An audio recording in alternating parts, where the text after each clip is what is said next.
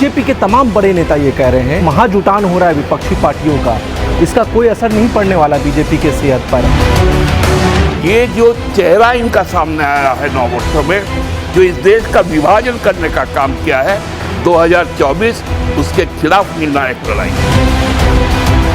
यही कांग्रेसी लोग जो खरीदने का काम किया, आप उसके साथ गठजोड़ कर रहे हैं। जय सिया राम, जय सिया राम, जय सिया राम। जय बजरंग बली, तोड़ दुश्मन की नली। जय बजरंग बली, तोड़ भाजपा की नली, तोड़ दुश्मन की अच्छा नली। दुश्मन की।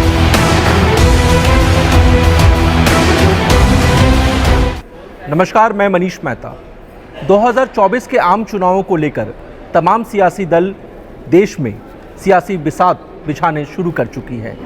इस पूरे मुद्दे पर हमारे साथ बातचीत के लिए आज हमारे दो खास मेहमान मौजूद हैं। सबसे पहले उनका परिचय कराते हैं। हमारे साथ मौजूद हैं बीजेपी के वरिष्ठ नेता और विधायक सीपी सिंह।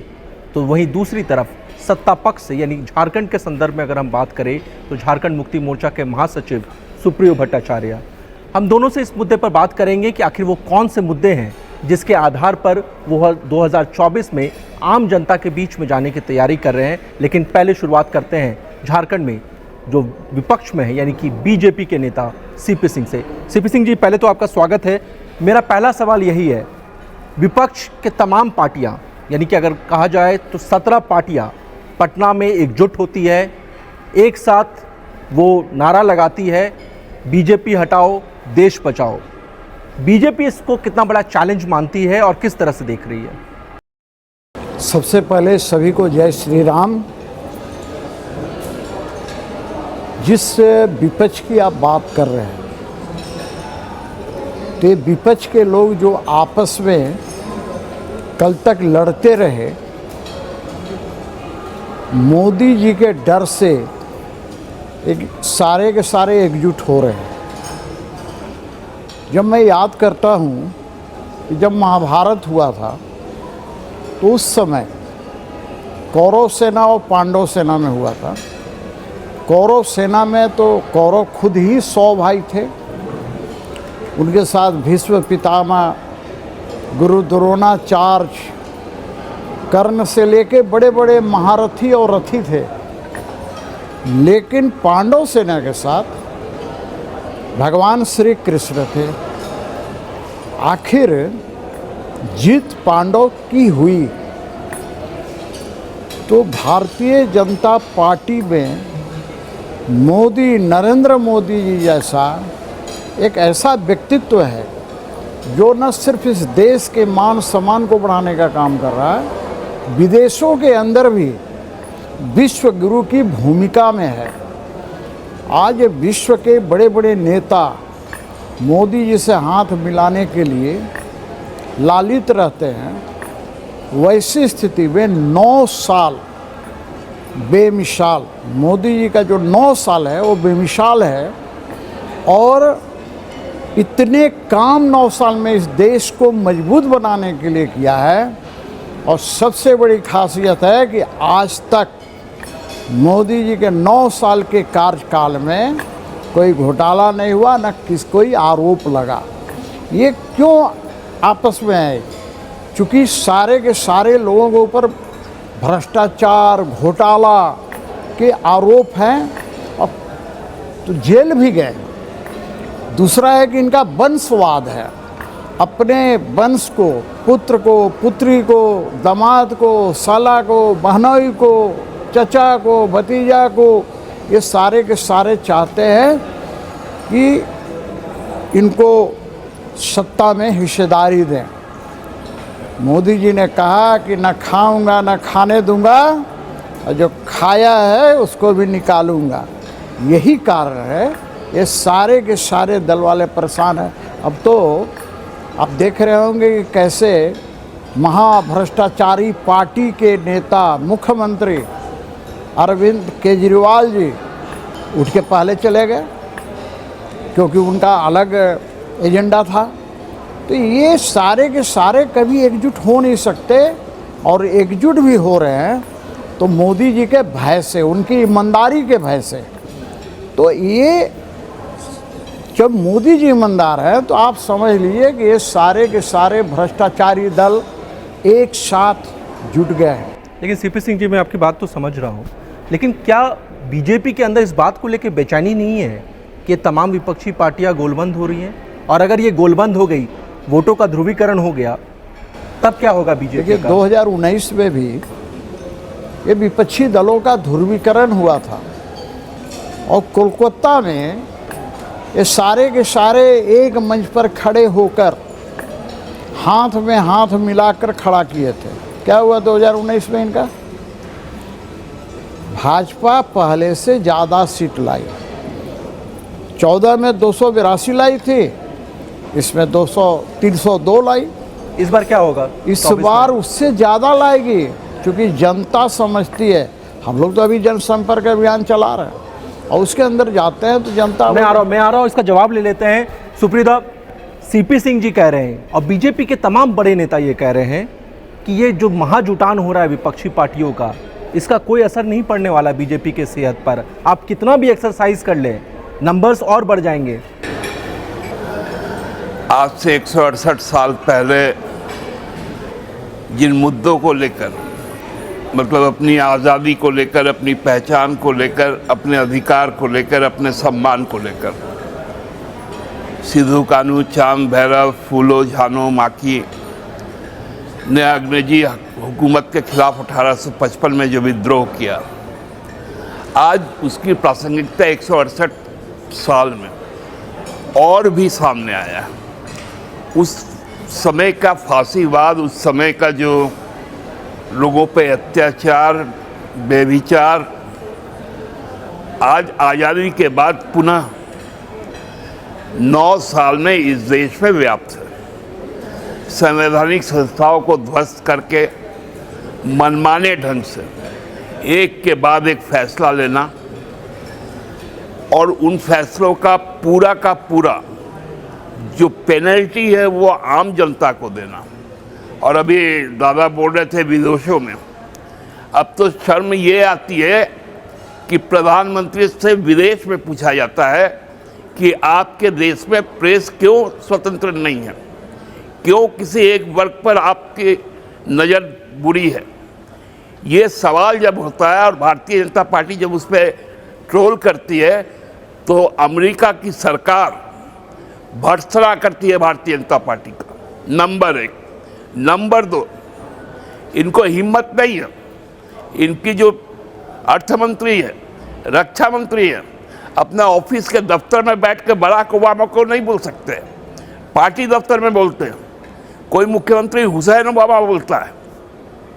ये जो चेहरा इनका सामने आया है 9 वर्षों में, जो इस देश का विभाजन करने का काम किया है, 2024 उसके खिलाफ निर्णायक लड़ाई है कि इस देश का जमहूरियत बचेगा, इस देश का संविधान बचेगा, इस देश का संप्रभुता बचेगा या नहीं बचेगा। और इस लड़ाई में आप हमेशा कौरव और पांडव की बात करते थे। कौरव और पांडव की यदि आप तुलना करेंगे तो आप पांडव नहीं हैं, आपके साथ में सामंतवादियों का कौरवी सेना है, पूंजीपतियों का कौरवी सेना है। भ्रष्टाचार की बात करते हैं, लगभग 20 लाख करोड़ रुपया बैंक का राइट ऑफ कर दिए, लोन का। इनके समय में 9 साल में 9 से भी ज़्यादा घोटालेबाज विदेशों में जाकर बैठ गए।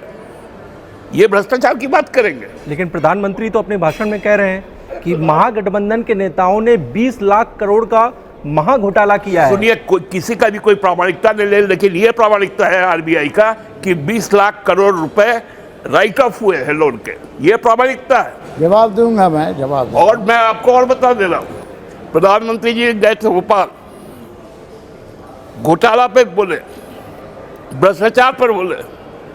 अरे आपको तो जो सजा मिला है महाकाल का घोटाला का, उसका जीता जागता सबूत उज्जैन है। तो इसलिए इस तरह की भाषा इन लोगों के मुंह में अब शोभा नहीं देती है।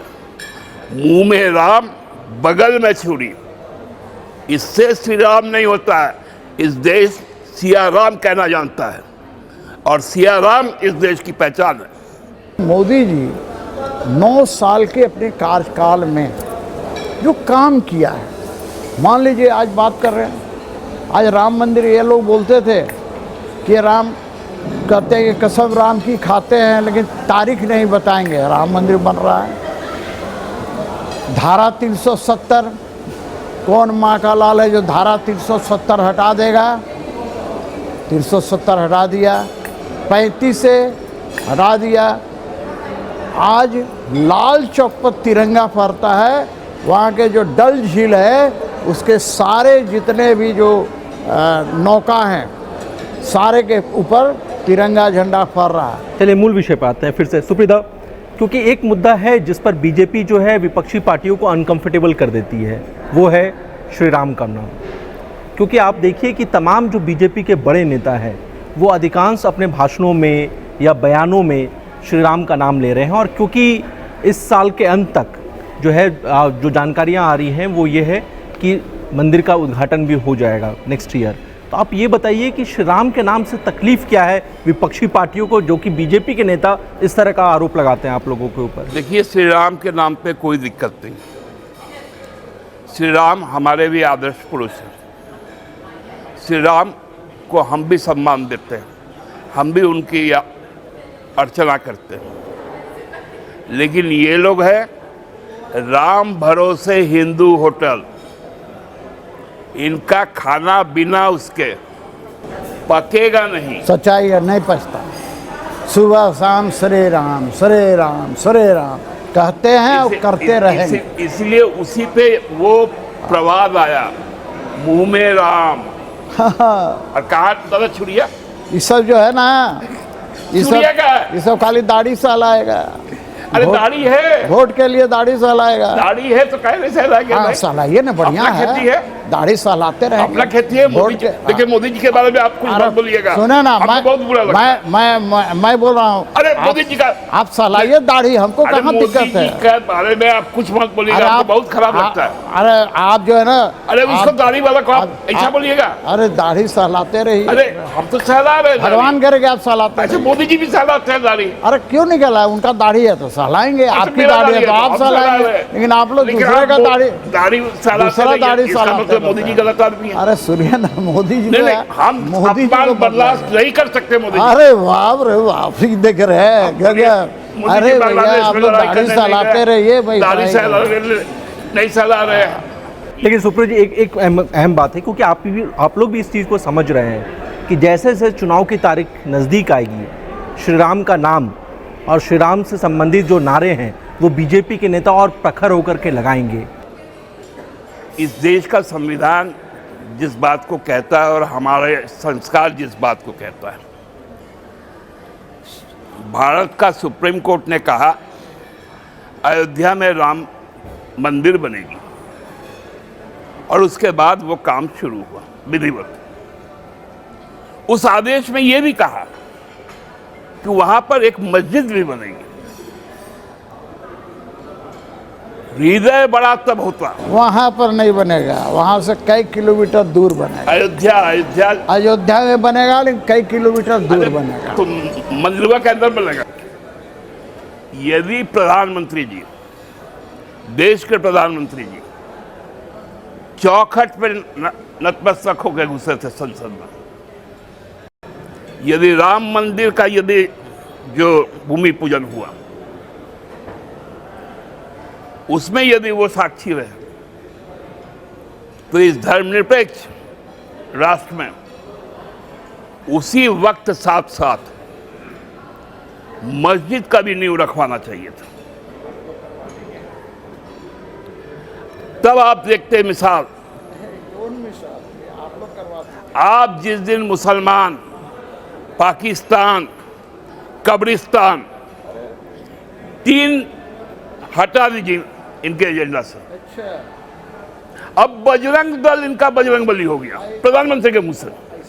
ऐसा चमाटा मारा कर्नाटका का आदमी, ऐसा गदा का प्रहार हुआ, चकना चूर हो गया। आज 50% से ज्यादा विधायक और ये देखिएगा पूरे देश में, और ये देखिएगा जिस तरह से ये लोग राम मंदिर का बात करेंगे ना, राम का प्रचंड गुस्सा इन लोगों ने देखा नहीं, 24 में देखेंगे एक बार कि जो हमको अभी तक बेचे हो, अब तुमको हम बिकने नहीं देंगे। तुमने मेरे सबसे परम भक्त को एक असामाजिक तत्वों का संगठन के साथ जोड़ने का काम किया। आपको मालूम है ना, कर्नाटका में ही किष्किंधा पर्वत है और प्रभु श्री राम का मिलन श्री पवन पुत्र हनुमान से किष्किंधा पर्वत में ही हुआ था। और उसी धरती पर जाके आप बजरंगबली को यदि बजरंग दल से जोड़ोगे तो जो सजा मिली है उससे सबक ले लो। लेकिन सुप्रियो जी, एक चीज़ मैं ये कह रहा हूँ कि इनकी तसल्ली के लिए बीजेपी के नेताओं का हमेशा ये आरोप रहता है कि विपक्षी पार्टियां राम विरोधी है। इनकी तसल्ली के लिए एक बार जय श्री राम का नारा आप लगा दें। मैं जय सिया दोनों हाथ राम, उठा के जय सिया राम, जय सिया राम, जय सिया राम। बोलिए सीपी सिंह, आप क्या दिक्कत है आपको? मनीष जी के कहने पर आपने लगाया, दिल से लगाते हैं, दिल से लगाया ना। हर रामनवमी का आपका स्वागत करते हैं। भगवान करे कि दिल से ही लगाइए। मेरे जो हरिमती मंदिर में जो पूजा होता है, दादा के पुष्पांजलि देते हैं। अच्छा ठीक है दादा, हम करते हैं, ठीक है, हम उसका गवाह है, चलिए उसकी बात नहीं कर रहे हैं। व्यक्तिगत कहीं आपकी बात ही नहीं हो रही। एक बार नारा लगाइएगा हमारा साथ में, एक बार। हम क्या बोलने जा रहे हैं? जय बजरंग बली, तोड़ दुश्मन की नली। बोलिए, जय बजरंग बली, तोड़ भाजपा की नली। तोड़ दुश्मन की अच्छा, नली। दुश्मन की नली। तोड़ दुश्मन की नली। तोड़ दुश्मन की नली। ठीक है। देखिए एक बात मैं बता रहा हूँ, देखिए आज मुझे खुशी इस बात का है, और आज ही नहीं, भारतीय जनता पार्टी शुरुआत से कोई आज नया हो गया ऐसा बात तो नहीं है। राम मंदिर निर्माण की बात वर्षों से कर रही है, धारा 370 हटाने के बाद वर्षों से कर रही है, यूसीसी की बात वर्षों से कर रही है। अब लोग परेशान हैं इससे। मैं कह रहा हूँ कि आज कुछ लोग कोई भोले शंकर भक्त हो गए हैं, कोई जनेऊधारी हो गए हैं, तरह तरह की चीज़ें हो रही है। मंदिर में जाते हैं, यही राहुल गांधी जिसके साथ गठबंधन में है, कहते हैं कि मंदिर लोग छिड़खानी करने के लिए जाते हैं। अरे क्या बात बोल रहे हो, वही इन लोगों का नेता है। मेरा ये कहना है कि भाई भारतीय जनता पार्टी पंथ निरपेक्ष में विश्वास करती है। जब भारत का संविधान बना, जब डॉक्टर भीमराव अंबेडकर जी, डॉक्टर राजेंद्र प्रसाद, 270 लोग थे उस सभा के सदस्य, ने बनाया, तो देखे संविधान के ऊपर जो मूल कॉपी है उस पर है मर्यादा पुरुषोत्तम भगवान श्री राम का राम दरबार का चित्र है। श्रीमती इंदिरा गांधी ने इमरजेंसी में 1976 में इसको हटाकर और सेकुलर कर दिया। आप एक बात बताइए, पंडित नेहरू से ही ये चला रहा। अरे पंडित नेहरू ने मुस्लिम पर्सनल लॉ बोर्ड अलग कर दिया, उन्होंने हिंदू लॉ अलग कर दिया। भाई एक देश के अंदर कानून 10 नहीं चलेंगे, एक देश के अंदर भारत का संविधान चलेगा, चाहे भाजपा हो या जेएमएम हो, कांग्रेस हो, एक संविधान के तहत चलेगा। ये कहते नहीं ये तो बड़ा हो जाएगा, वो लोग नाराज हो जाएंगे, नाराज हो जाएंगे। तो जवाब ले लेते हैं, बगल में ही है। यूसीसी के आप पक्ष में हैं या उसके खिलाफ हैं? आप यूसीसी के पक्ष में आने के पहले आप बताइए, ये पक्ष में है कि यूनिफाइड लेबर कोड हो, यूनिफाइड फार्मर कोड हो, यूनिफाइड एम्प्लॉय कोड हो? हम लोग कहते हैं कि नहीं, राम हो या रहीम, एवरीवन इज इक्वल, दोनों का मान समान होना चाहिए। हम इसमें विश्वास करते हैं। ये कहते हैं कि नहीं, रहीम को महत्व दो, राम को महत्व मत दो। हम इस पर विश्वास नहीं करते। लेकिन आप ही तो कह रहे हैं सीपी सिंह जी कि अब विपक्ष के जो नेता हैं वो जनेऊ धारण कर रहे हैं और मंदिर जा रहे हैं। ये भाजपा का ही तो कमाल है कि मंदिर जा रहे हैं, भले ही मंदिर में जा कर के क्या कर रहे होंगे भगवान जाने। ऊपर से जनेऊ पीतल नहीं बनाते, ऊपर से जनेऊ डाल रहे हैं। सोना को पीतल नहीं भगवान करे कि मंदिर जाइए, भगवान करे कि सब जाइए, मैं तो कह रहा हूँ, और जा रहे हैं तो हमको उसका विरोध नहीं है, जाना चाहिए, लेकिन कृत्रिम जनेऊधारी नहीं होना चाहिए। और अच्छा, कोई अच्छा, एक चीज हमको बता, एक मिनट दादा बता। आप एक चीज का जवाब दे दीजिएगा, मैं आपके सामने नतमस्तक हो जाऊंगा। चलिए, राहुल गांधी के पिता का नाम? फिरोज गांधी। क्या नाम? राजीव गांधी। उनके पिता का नाम? फिरोज गांधी। कि दत्तात्रेय ब्राह्मण कहाँ से हो गए? हमको खाली उतने का जवाब दे दीजिए। उनका कुल खानदान आप उनसे ना जाके पूछिए। अरे तो आपसे ना पूछ रहे हैं, आपका सांठ गांठ है कुल ना, खानदान का आपका सांठ गांठ है ना। फिरोज गांधी का बेटा राजीव गांधी का बेटा राहुल गांधी, प्रियंका गांधी, ये दत्तात्रेय कुल में कहाँ से आ गए? अच्छा, हमको बता अच्छा, दीजिए। तो प्रधानमंत्री अरे, जी बता ने दीजिए। कहा क्या कहा बताइए? कि गांधी ही क्यों है? गांधी भी नहीं है, मोदी जी के गांधी पिताजी का नाम है। क्या था? एक गांधी है, फिरोज गांधी, गांधी नहीं। ये तो लगा लिए हैं नकली, ये तो चुराया है गांधी जी का। अच्छा, प्रधानमंत्री जी कहते हैं समझ में नहीं आता कि बाप के नाम पे बेटा का नाम चलता है। इस संवाद को अगले चरण में बढ़ाते हैं और अब झारखंड के संदर्भ में बात करते हैं। सुप्रियोदा, सबसे पहला सवाल यही है, आपको क्या लगता है स्थानीय नीति, जिस नीति पर सरकार एक वक्त ऐसा लग रहा था कि वो फ्रंट फुट पे खेल रही है, आज के तारीख में अगर हम बात करें तो आप लोगों को क्या लग रहा है, वो गले की हड्डी बन गई है? कोई गले की हड्डी नहीं है। हमारा जो कमिटमेंट है, आपको आ रहा है मानसून सत्र और बजट सत्र,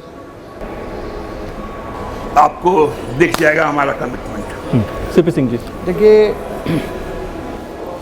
भूत का पांव पलने में दिख जाता है। 2021 में सरकार ने कहा कि ये नियुक्ति वर्ष होगा। क्या नियुक्तियां हुई पता होगा। 2021 में नियोजन नीति लाया, हम लोग विधानसभा के अंदर विरोध करते रहे, हिंदी हटा दिया, उर्दू ले आया, हर जगह क्षेत्रीय भाषा में उर्दू ले आया और हिंदी हटा दिया, इंग्लिश हटा दिया। हमने कहा कि भाई मैं पलामू का रहने वाला हूँ, वहाँ के लोग किस भाषा में लिखेंगे? अंतोगत्वा हुआ क्या, माननीय उच्च न्यायालय ने नियोजन नीति को रद्द कर दिया। फिर इन्होंने 2032 का खतियान पास कराया, सर्वसम्मति से सबने पास किया, वो भी इनका ख़त्म हो गया। फिर 60-40 आया, उस पर आंदोलनरत है लोग, फिर ये कह रहे हैं कि मानसून सत्र में आएगा। तो 3 बार तो देख चुका, चौथा बार भी देख लेंगे, क्या दिक्कत है भाई? सवाल यह है कि नियत और नीति में खोट है, विजन नहीं है। कि पूछ के पाँव पालने नहीं दी जाते। ये जो समस्या है स्थानीय और नियोजन नीति पे,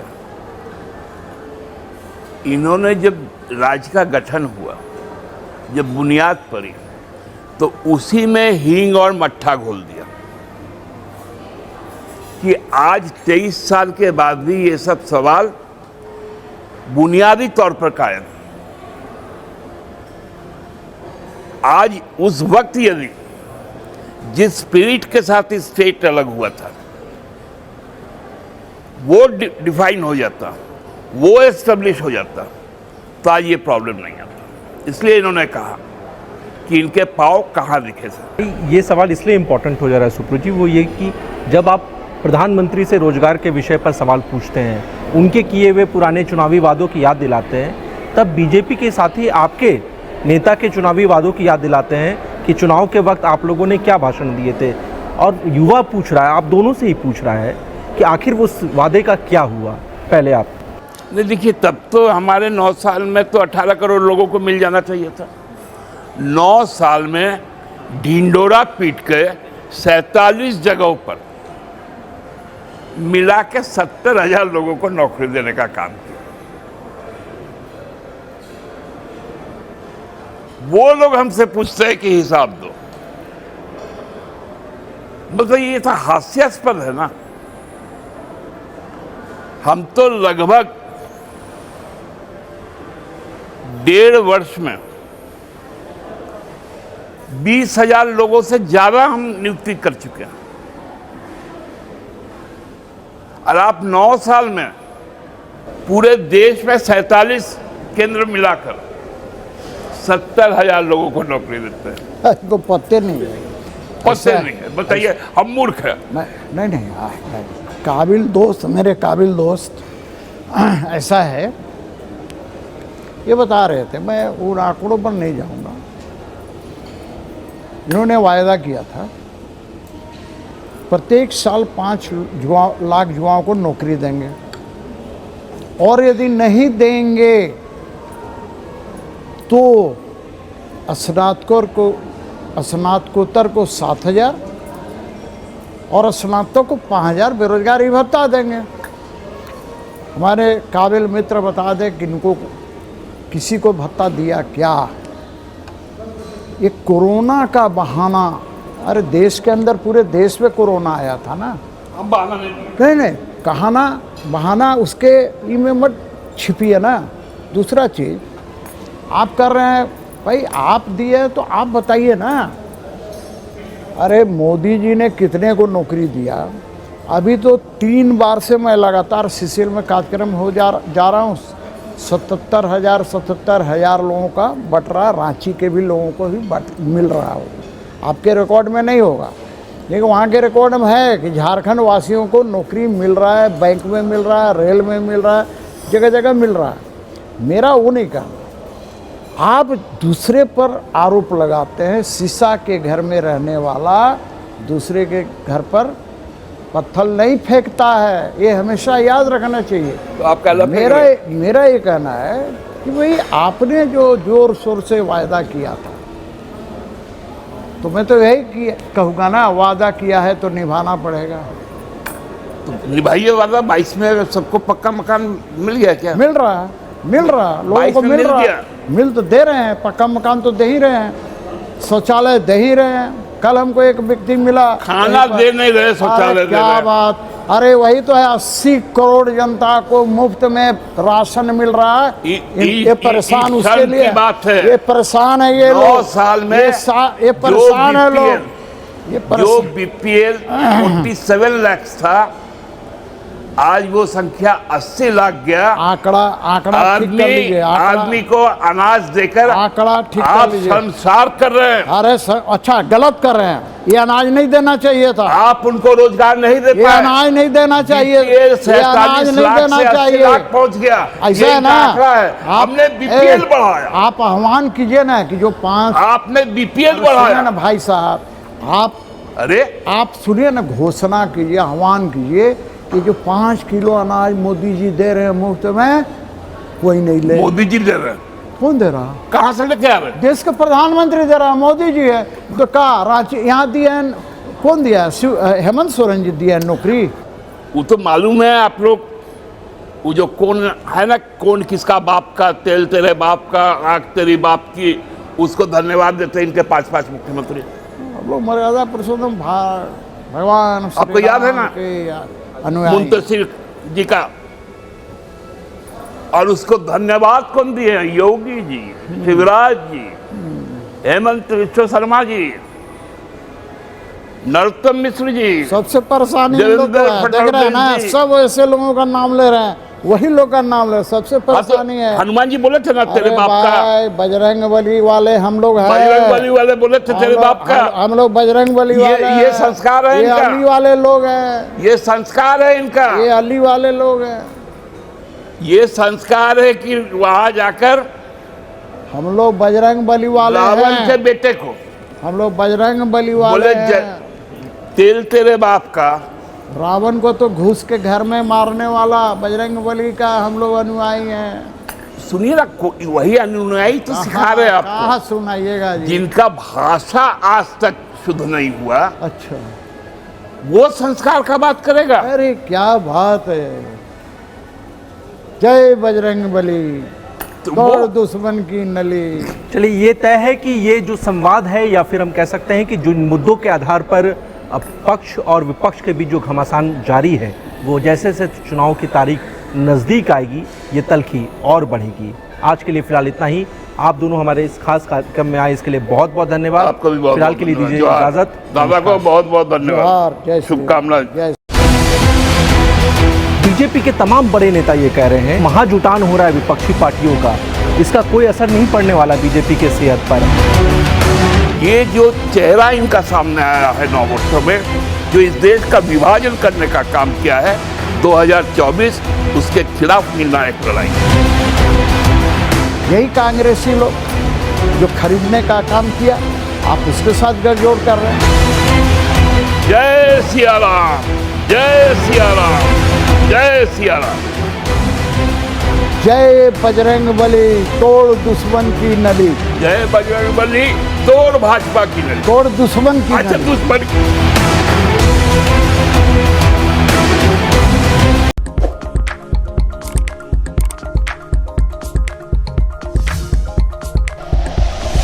like and share videos, subscribe करें हमारा चैनल और प्रेस करें बेल आइकॉन। न्यूज़ 11 भारत, सच है तो दिखेगा।